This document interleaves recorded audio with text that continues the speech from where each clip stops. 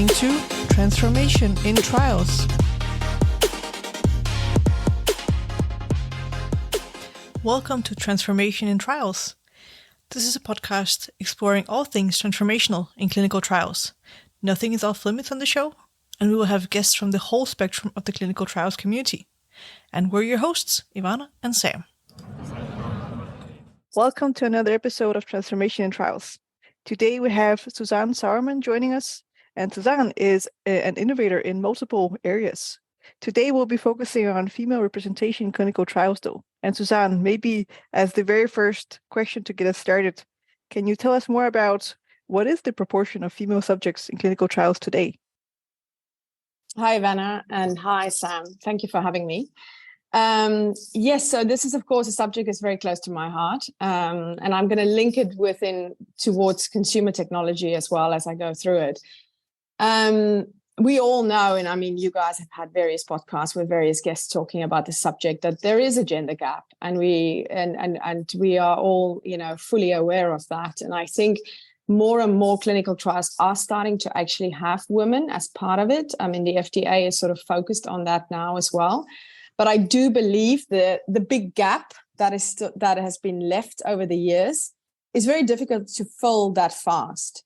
And specifically on female diseases and diseases that is very, that actually is important to women in specific, I think is a much slower progression when it comes to the clinical trials. There's still, of course, a very, strong bias towards men. And this is also because women's bodies have always been complicated, and by complicated, I mean, we have a 4-week cycle. And I think, if we just pause for a minute there, if you think about it, with all the research that's been done over the years, there's been very little done into or looking into, women's cycles, for example, clinical trials on how does that work. So you get your first sort of menstrual period when you're 12, you have your last one around 51. That's 39 years of, if you don't understand your body, of not actually being able to empower yourself and using your body to its advantage, which is pretty shocking if you think about it. It's only now that we start to understand how we need to live and how we need to go about our daily basis, within these cycles, understanding what to do each week, how to rest, what nutrition to eat, how to recover, how important is sleep. And it's different from men to women. I would also say for sure that wearables, and this is a topic I'm very passionate about, can help a lot within the trial space. I've also worked with a few companies that are focused on Parkinson's disease, where they do some trials, and where I've actually supported and helped them with, how do you track when the patient is not there? How do you actually start to track and understand what happens when they in the trial and when they're there and when they're with a specialist and when they go home. So, to get that full comprehensive story. And I think wearables can also help us from the perspective that with all this huge gap with, not having women in clinical trials for many, many years, if we start to collect data from women, actually, it's a much faster way to close the gender gap than actually relying on pharmaceutical companies, needing $1 billion and 10 years of research to go after each of the very important sort of medical research areas for women, rather than just let's collect some data of about, 100,000 women, and let's look at that data and let's see what we can analyze in very specific medical research. So that's really, for me, a way to also look at this, where clinical trials can also become a mixture of starting to really use wearables to an advantage. I have a very obvious question, and that is, the existence of the human race, we kind of knew that male and female bodies are different. How did this occur that we have been ignoring the specific female anatomy for such a long time? It's a great question. I think all of us as women sit with that question mark above our heads, right? Because if you just look at biology, then you can see that our bodies are totally different and the way we operate is different. I mean, women, it's no secret that we have a cycle. And I think that I've been reading up a lot also pre the podcast about this, that women have been perceived as complicated patients because of our cycles. Because you could be in your cycle in a going into clinical trial, and they didn't really want that, and they wanted the body to react in a different way, or maybe the body temperature was too high of that patient. So, so therefore they then said, okay, then let's take small men and put them through as women. And we all know that from the great book, Invisible Woman, where that has happened a lot in the past. But what a lot of people don't realize is the effect that has had on actual also creation of medicines and treatments. So, I always like to tell real stories about life. And because I'm so integrated in how technology can actually make our lives and our health better, I can tell you a story about my mom who got diagnosed with heart disease, and she's had it for many, many years. She's had a quadruple bypass, and various stents since. But recently she got given some heart medicine for one of the veins that was a little blocked. And 3 weeks, they said it will take 3 to 4 weeks for it to kick in. And I had a conversation with her asking her, how are you feeling? Is it feeling better? Are you less out of breath? And she said to me, it's working fine. But the only thing is at 78, my menopause is back. Oh my God. And I was just in shock. And of course, being in this space I'm in, immediately I realized, oh, wow, the medicine she's on has not been created for her. And now it's having an effect where it's actually causing havoc still in her body. I mean, post-menopause, of course, she's way beyond that, but bringing her menopause back. And, her comment to me, and I think, Ivana, you and I today would react very differently if this happened to us, but, her comment to me is, I'm fine. If it solves my heart issues, I'm fine to have my menopause back. And to me, wow, that just gives me that power, reinforcement to say, I don't want that to happen to myself or to any other woman I know when we reach the age of 78. So I think that is why this is so important, that we need to start looking at how to involve more women in these clinical trials.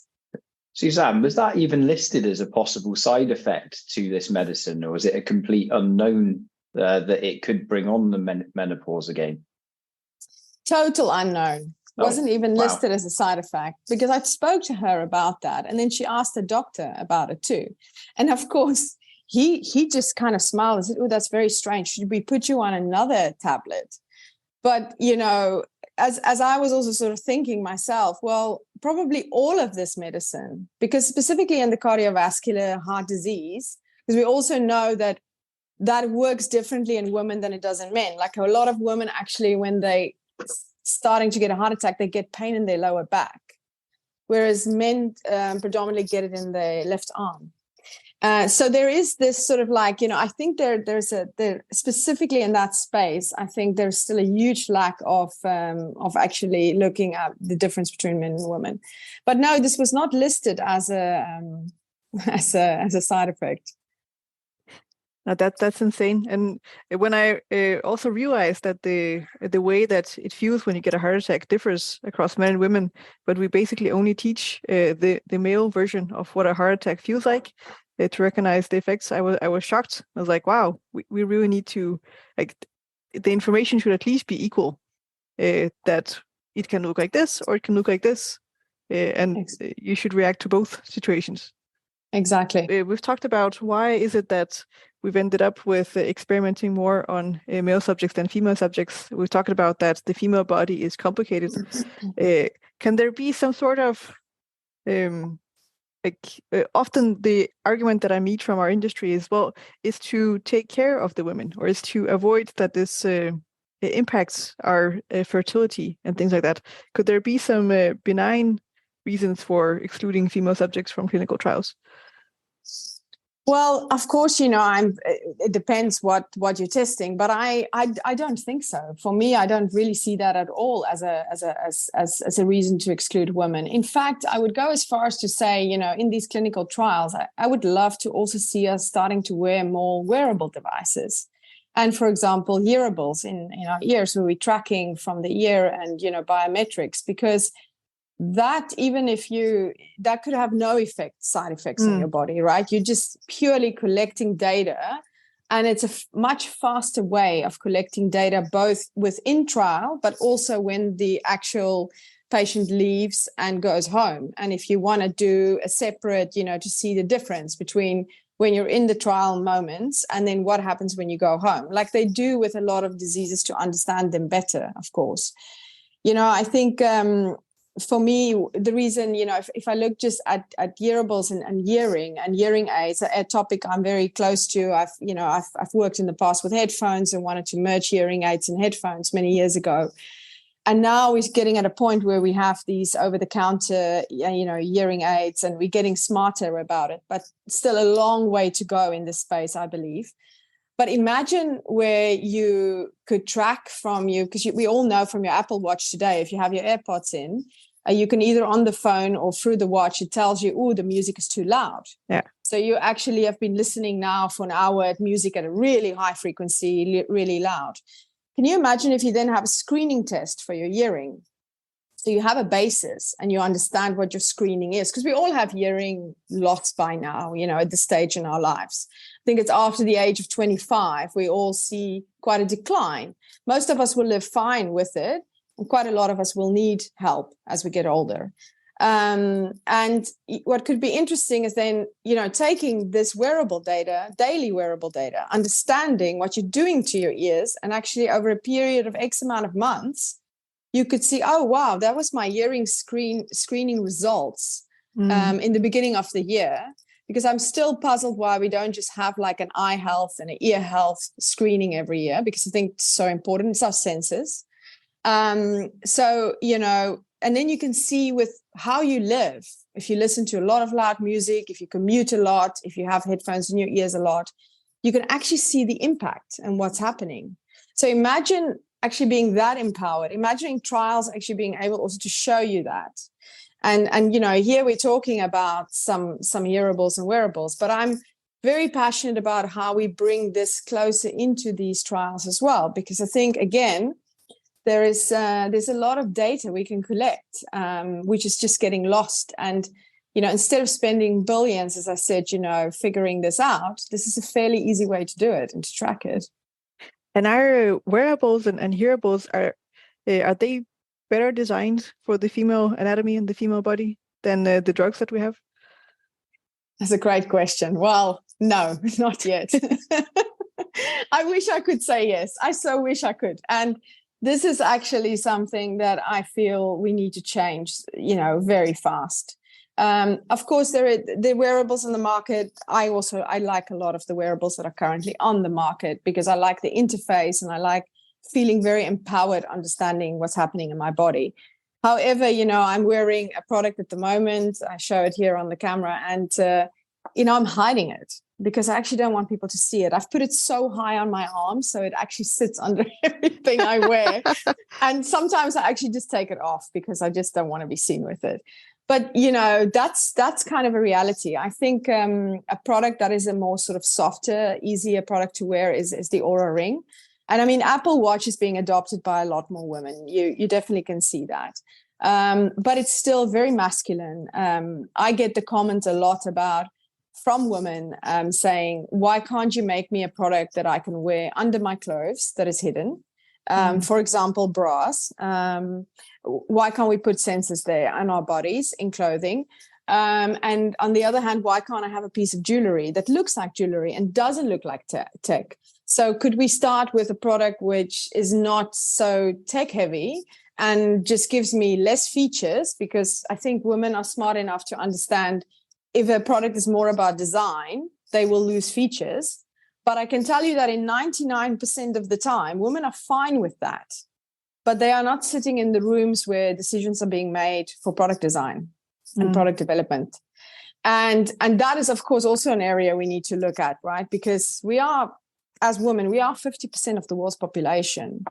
And as I always love when I sit in these venture meetings and projects and listen to pitches, people going, femtech, really? Okay, so products for women, but that's a niche market. I love that because 50% of the world's population is the biggest niche market I've ever heard of in my life. And I will quit everything I'm doing today and focus on that and just do that.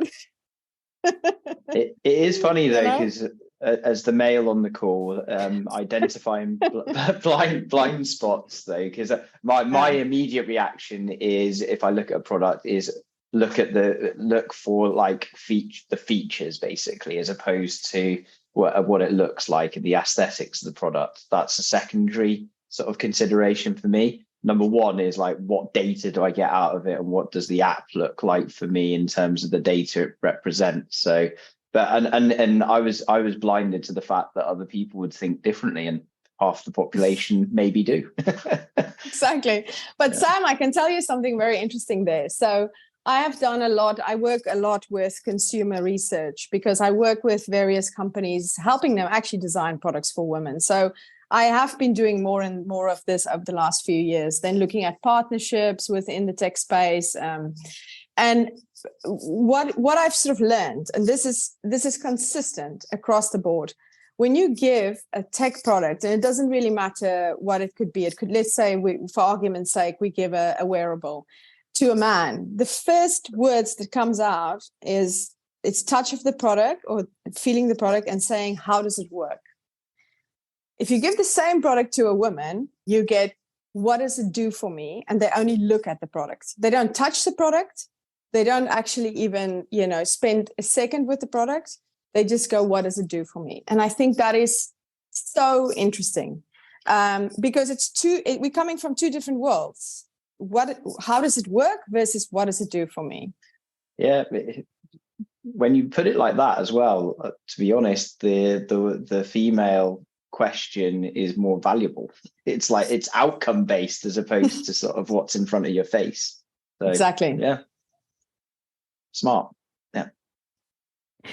How could the wearable technology help close the gap that we have on understanding how drugs work on the female body?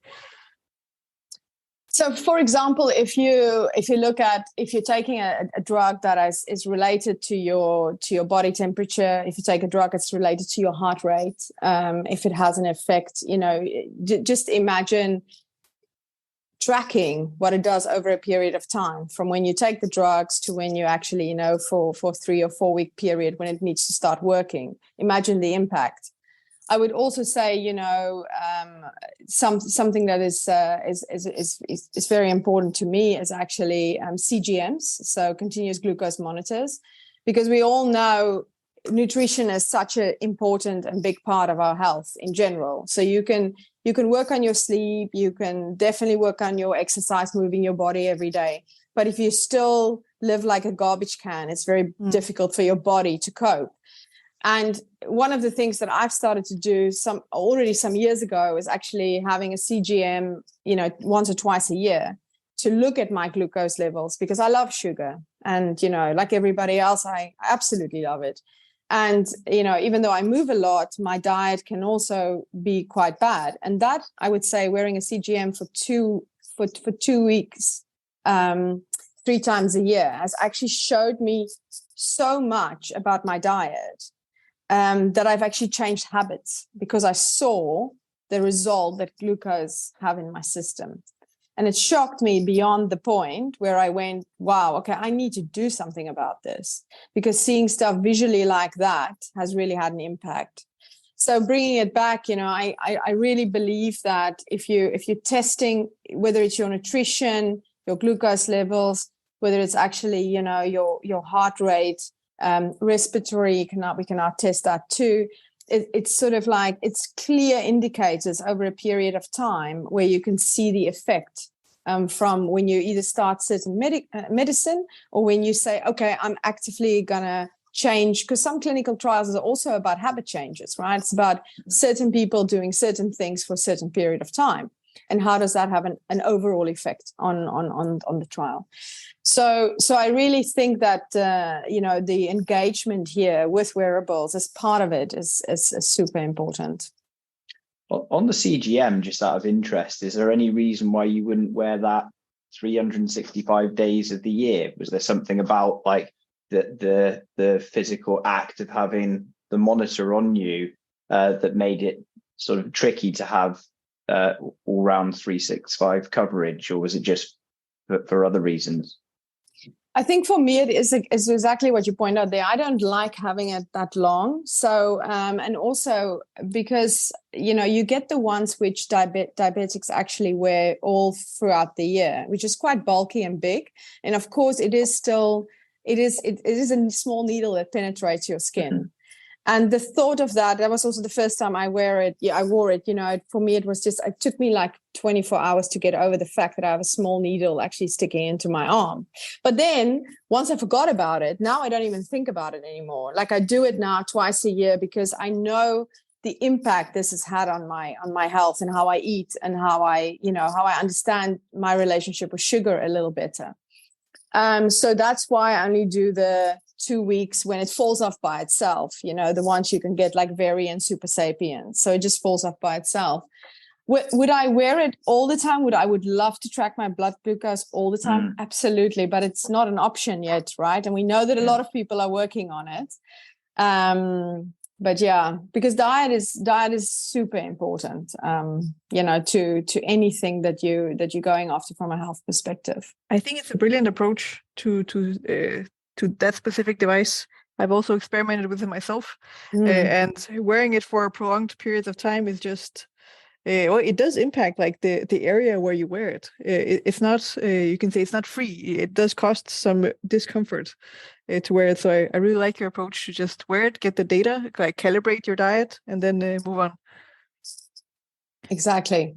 And I did it also for a period of time because, for me, there's actually a very personal relationship here with wearables, and why I got so involved with it is that I actually got diagnosed with an autoimmune disease quite some years ago in my late 20s. I'm not going to give away my age, but and it has taken me approximately 8 years to resolve that disease and actually treat myself, because the medical world did tell me after my first sort of like course of medicine, I had a relapse. So I went back into the same state, and they wanted to give me radiation, and, because they didn't have a solution, they told me outrightly that less than 2% of the world's population get this disease, and we have no research on it. So our option is to give you radiation and to give you a pill for the rest of your life. And when I listened to that, I already said, no, I'm not doing that. This just doesn't sound right. And so it took me 8 years to really understand my body, understand the nutrition, sleep, relationship with everything that I had, right? So, and I have to say, wearables have empowered me in that stage. I mean, I started with the Nike Fuel Band and Jawbone, these products that were so basic. It was just movement and then a little bit of heart rate. And look where we are today. Today, we are miles ahead. And what I'm still missing is this linking up to, okay, here's all the data. And I think some of the wearables are doing it pretty well now, starting to coach you. But it's like, what's the so what? Tell me what I should do next. Guide me, coach me a little bit. When you have all this data on me, coach me. And I think that is why I'm such a big fan of wearables and earables. And I want to spend sort of, rest of my career helping to create these products in a way that's better suited for all consumers. And I'm smiling at Sam when I say that, but, I think men already have a lot of great products as well already, but, specifically pivoting towards women as well to say, okay, how do we look at other parts of the body? Because I can tell you, some year when I was diagnosed, I would have loved some of the products we have today, because it probably would have sped up an 8-year process. It would have been faster. And I don't want anyone else to take 8 years to go through that. So, yeah. But Suzaan, is that the direction we all need to go in now, that we actually need to become more of an expert in our own body to be able to use the data that we get from wearables and also to apply it to our own health? Look, there's a lot of people who say, I've also had it myself, where people say to me, you track way too much, Suzaan, you know, you could you even understand how you live yourself, or are you only listening to wearables and to tech? And that's fair, because I live a very tech orientated life. But I have to say, and maybe, you know, I don't expect anybody to wear wearables as much as I do, but what I would say is, how can you ever use your body to your advantage if you don't understand, or, you know, have some data that can empower you on your health? And I think for every single one of us, we all have something that we're either a little bit concerned about, worried about, we're not feeling too good. And it's for every single one of us. It doesn't matter whether you're a pro athlete, you know, or whether you're just, you know, hitting sort of like your 20s and starting to have a much busier lifestyle. I think we all have this kind of something that we want to work on. And just by starting to understand a little bit more and empowering yourself with some data, whether that's tracking your sleep, understanding how much you're moving, understanding then your recovery, your heart rate variability, which you can tell so much from, you know, like your stress levels. I mean, it's incredible what you can tell just from that one biomarker. So I have to say, for me, it feels like pure empowerment, because I know so much about my body. And I do feel that every single human being needs to have a responsibility for themselves and their own health. I think we have become very reliant on governments will take care of us, especially in countries or parts of the world where the government do have a good health system in place for everybody. And if I feel bad, I just go to the doctor. You know, I feel we've passed that. And I think we can see that also because of the food we eat, and it's making us more sick. And we need to start understanding what we're doing to ourselves every single day. And, you know, we all have a responsibility, just like we have a responsibility for the environment. I think, you know, for you to get up in the morning and take care of the environment, this is always what I say, to have that energy, it starts with you. It starts with you taking care of yourself, understanding your own health. Because I always say, someone who doesn't feel good probably doesn't have the energy for the environment or actually living a sustainable lifestyle. So, you know, it's something I know sometimes, but I really think about this a lot, because if you feel good about yourself and you're empowered in your health, you know, I just think everything becomes slightly easier. Well, Suzaan, I'm totally with you, but what do you think are the real kind of challenges to wider adoption of these wearable devices then? And obviously you talked about one aspect, and that was kind of the design and the fact that they were focused purely on, well, a lot of them were focused on males. What else are you thinking about? Is there things around data privacy, for example, that people are concerned about? Because that's something that I've heard in the past, that perhaps people are a little worried about the amount of data that's being generated and who is using that data for reasons that they may not have given consent for. No, of course, you know, the data part, and we also knew that from, you know, there's a lot of areas where the data part comes up, but I think everybody's trying to ensure that data stays locked in. Look, Sam, there's over 1 billion body sensors, if we call it sensors, on the body today, and it's ticking over every day. So that is, to me, that's a positive sign, because I feel like I've been talking about body sensors since 2009, and here we are in 2023. And, you know, having over 1 billion sensors on people's bodies is quite amazing. On the data privacy, I see that too, because I know people are concerned. Wow, okay, so if I share this data with, you know, if I have it, can it be shared with an insurance company, and can that count against me? I know that's a very, very big concern for a lot of people. But I can also tell you that knowing an insurance company, and actually in the UK, like Vitality Health, where you do share your wearable data with your insurance company, like how active I am, how am I shopping, what kind of food am I eating, then you actually get rewarded for that. And you get rewarded in a way where you pay less, you get more options to health products, and you sort of your insurance level goes up and up. So you get a yearly screening for free if you get to a certain level. And that sort of works much, much more in your advantage, if you see what I'm saying, rather than not having that. And you start to linger into this prevention stage. And I think a lot of health insurance companies, this is where they want to go. This is where they should be going, is this prevention. And we all should go there.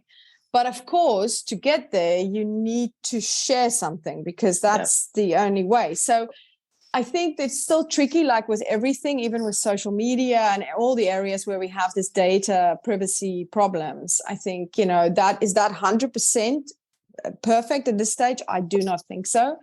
And it still worries certain people. But for me, the benefit of actually sharing that with a provider who I work with and showing them how I live my life, and then getting as an advantage certain health screenings, helping me with prevention, I see the value in that. Totally agree. Yeah, I like the idea of using the data to lower bills as well. Yeah, exactly. I've always said, this is an interesting one, credit cards. So you always get points on your credit cards. Okay. A lot of us get points, or you get some advantages or whatever. And what I've said is, where is my advantages for living a healthy lifestyle? It's true. So I spend a lot of money on healthy, on activities, on going to Barry's, on doing all kinds of different things. And I'm like, the credit card company can see this. So I'm like, okay, but reward me for that. And we're not quite there yet, but I would love to spend my money on more health. And because, health is wealth, as they say. And if you're healthy, you probably will live longer, and you will be better, you would also be a better client from that perspective. So I'm sort of, for me, that connection somehow just hasn't quite happened yet. So I agree. But one of my, this may already exist, so you might be able to tell me if it does or not, but I think the disconnect for me when it's come to wearables is everything is very convenient in terms of activity tracking, sleep tracking, etc. The food part of things has been challenging. And I don't even know if this would even exist, but something that makes it seamless for you to catalog what you eat without doing like laborious diary type entries, some kind of even like a digital connection to your fridge, or they come across some technology that just makes it seamless, so that you pick something out of your fridge and it just links in with the wider ecosystem. When they do that, I think they'll crack the code. Maybe they've done it already, but what are your thoughts about that? Exactly. I mean, I think your kitchen will become an area which will become all about your health and your nutrition, right? So I totally agree with you. Every time you open that fridge, I'm one of these people, I can open the fridge and just stare into it. I think we all do it, but at least I openly admit to doing that, right? But the thing is, sometimes when people say to me, so what have you eaten today? Then I'd be like, oh, well, I had a banana, and then I had some this, and then you forget some of the other things. So something, you're right, which can log every time you take or you open a cupboard or something like that. But that doesn't exist today. You still have this tedious where you have to keep a journal, you write it down. And most of us, let's be honest, we don't write exactly how many coffees we have, sort of, you just don't journal like that.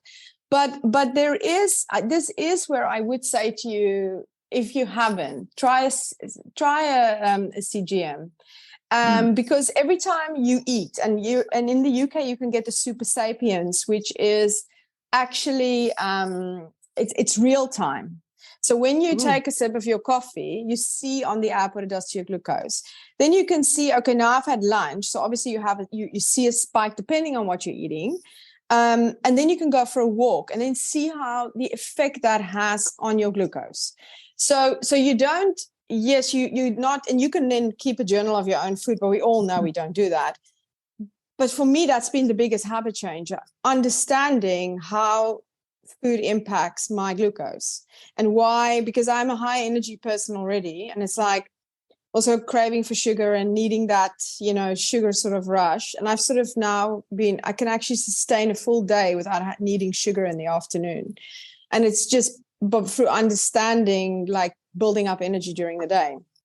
So I think try that, Sam, and give it a go. But I agree with you. I do think our homes in general, kitchen, super important to our future health, as well as our bathrooms, right? When we wake up in the morning, and then how can we start to integrate these rooms into our daily lives?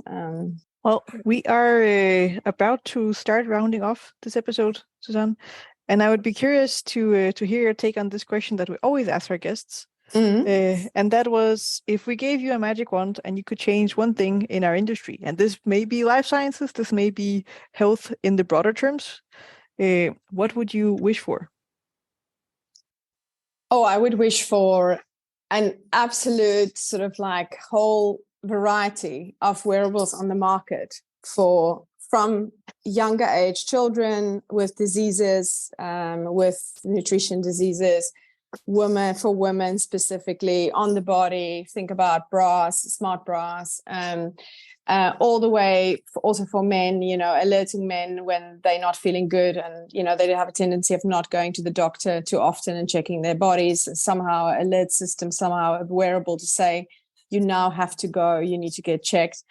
My sort of dream and wish in the world is that we will all have a sensor on our body that will tell us how we're doing. And it's not because I want to track people, and it's got nothing to do with that. For me, it's purely about prevention.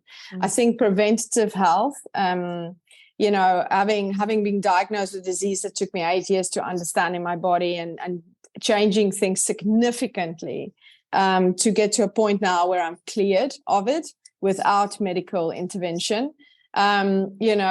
I would have loved something that could have helped me prevent that from happening. So I really believe in this sort of prevention. And for me, the way there is sensors on the body. And then I wish that would be the thing I would wish for, is that we just have a variety of options. So however we want to track, whichever part of our bodies we want to track, whichever biomarker we're after, make it very easy and simple for us to track that. I think we're going there. It makes me smile every day on knowing that there is 1 billion sensors on people. And it's everything from health tracking to prevention to sport to the point is it's a sensor that's actually doing something for the greater good.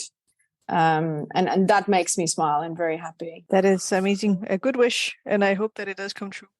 Suzaan, where can our listeners get in touch with you for follow-up questions or more information?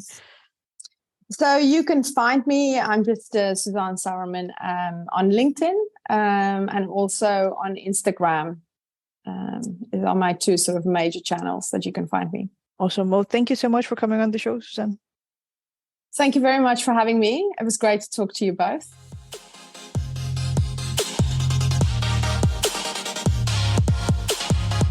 You're listening to Transformation in Trials. If you have a suggestion for a guest for our show, reach out to Sam Parnell or Ivana Rosendal on LinkedIn. You can find more episodes on Apple Podcasts, Spotify, Google Podcasts, or in any other player. Remember to subscribe and get the episodes hot off the editor.